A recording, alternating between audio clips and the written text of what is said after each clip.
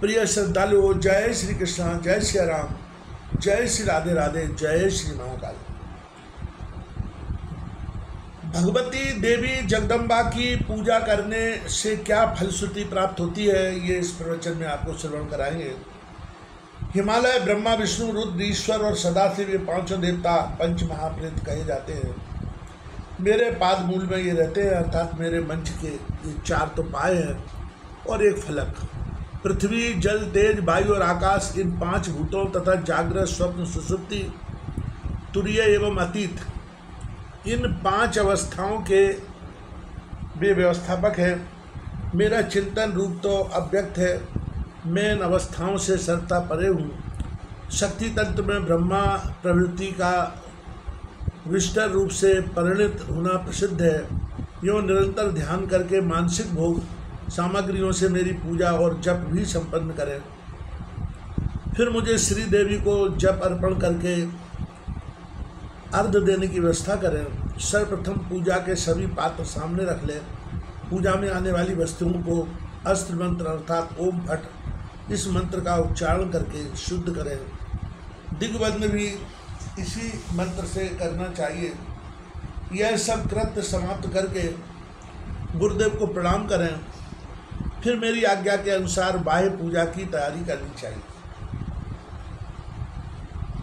राजन, साधक के हृदय में मेरी जो दिव्य मनोहर मूर्ति बसी हो, उसी का बाह्य पीठ पर आवाहन करें। फिर वेद मंत्र द्वारा प्राण प्रतिष्ठा करना आवश्यक है। आसन, आवाहन, अर्घ, पाद आचमन, स्नान और वस्त्रदान, ये विधियाँ क्रमशः संपन्न करें। 2 वस्त्र अर्पण किए जाएं। भूषणों से मूर्ति का श्रृंगार करें। सब प्रकार की गंध, पुष्प आदि यथायोग्य वस्तुएं अपनी भक्ति के अनुसार देवी को अर्पण करें। इसके बाद मंत्र में लिखित आवरण देवताओं का सविधि पूजन होना चाहिए। जो प्रतिदिन पूजा न कर सकते हों, वे शुक्रवार को पूजा करने का अनिवार्य नियम बना लें। अब उपर्युक्त आवरण देवताओं के प्रसंग बताती हूँ। पहले मूल देवी की भावना करें।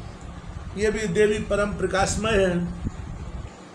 इनका प्रकाश पुंज त्रिलोकी में व्याप्त है। यह चिंतन करके आसन पाद आदि यथायोग्य उपचारों से अंग देवताओं को सुपूजित करने के उपरांत पुनः मुझ मूल देवी की पूजा करनी चाहिए। पुष्प, चंदन, धूप, वस्त्र, नैवेद्य, तर्पण, तांबूल और दक्षिणा आदि से मुझे संतुष्ट करना आवश्यक है। तुम्हारे बनाए हुए शस्त्र नाम से भी बहुत प्रसन्न होती हूँ। राजन, कवच तथा अहम रुद्रेन्द्र, इस सूत्र से एवं देवर्थ शीर्ष के मंत्रों और महाविद्या संज्ञक प्रधान मंत्रों से बार बार मुझे प्रसन्न करें। इसके बाद पुरुष को चाहिए अपना हृदय प्रेम रस से स्निग्ध करके मुझ जगदम्बा के प्रति अपराध क्षमा होने के लिए प्रार्थना करें। संपूर्ण अंगों के पुलकित होने से आँखों में आंसू आ जाए, कंठ से बोला न जा सके, बारंबार नाच और गाकर मुझे संतुष्ट करें। संपूर्ण वेद और पुराण मेरे ही स्वयं का बखान करते हैं, कारण मैं उनकी अधिष्ठात्री हूँ। अतः उन वेदों एवं पुराणों के सहयोग से मुझे संतुष्ट करना चाहिए। अपना सर्वस्व, यहाँ तक कि अपने शरीर को भी मुझे नित्य अर्पण कर दें। तदनंतर नित्य होम करें। विप्र तथा स्वाग्मी स्त्रियों को भोजन कराया जाए। छोटे छोटे अज्ञानी बालकों को भी देवी का रूप मानकर उन्हें भोजन कराना चाहिए।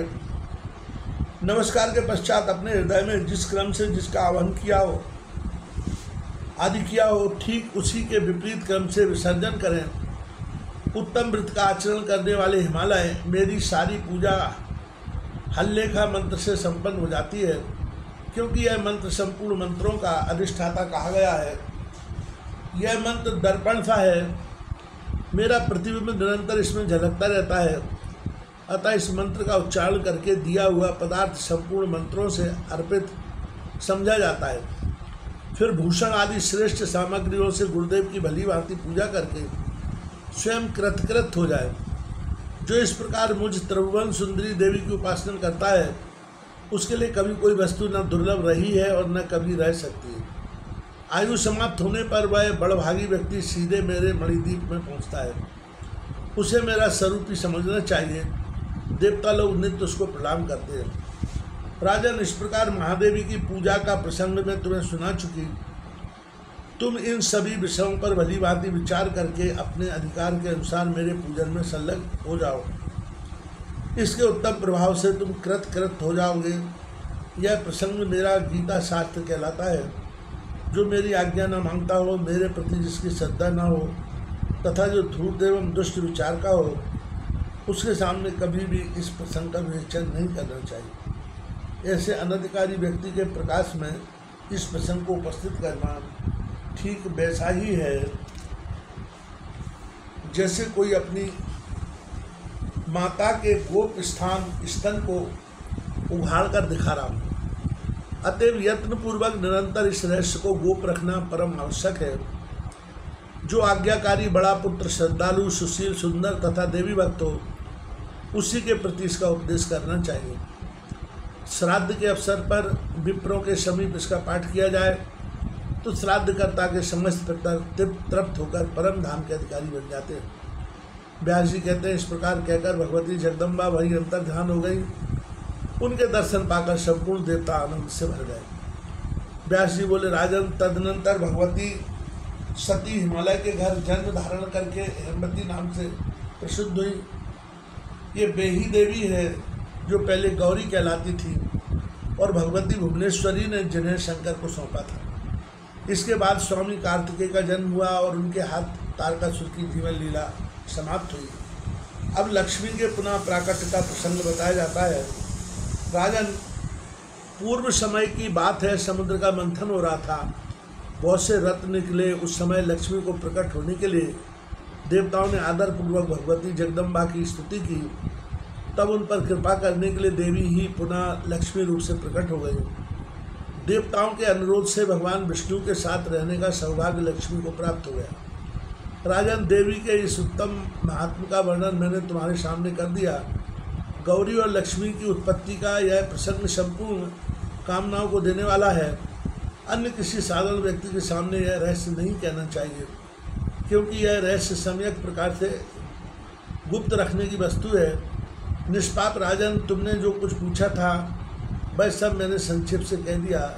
यह चरित्र स्वयं पवित्र, दूसरों को भी पवित्र करने वाला तथा परम दिव्य है। अब आगे और कौन सा प्रसंग सुनना चाहते हैं वह भी बताइए।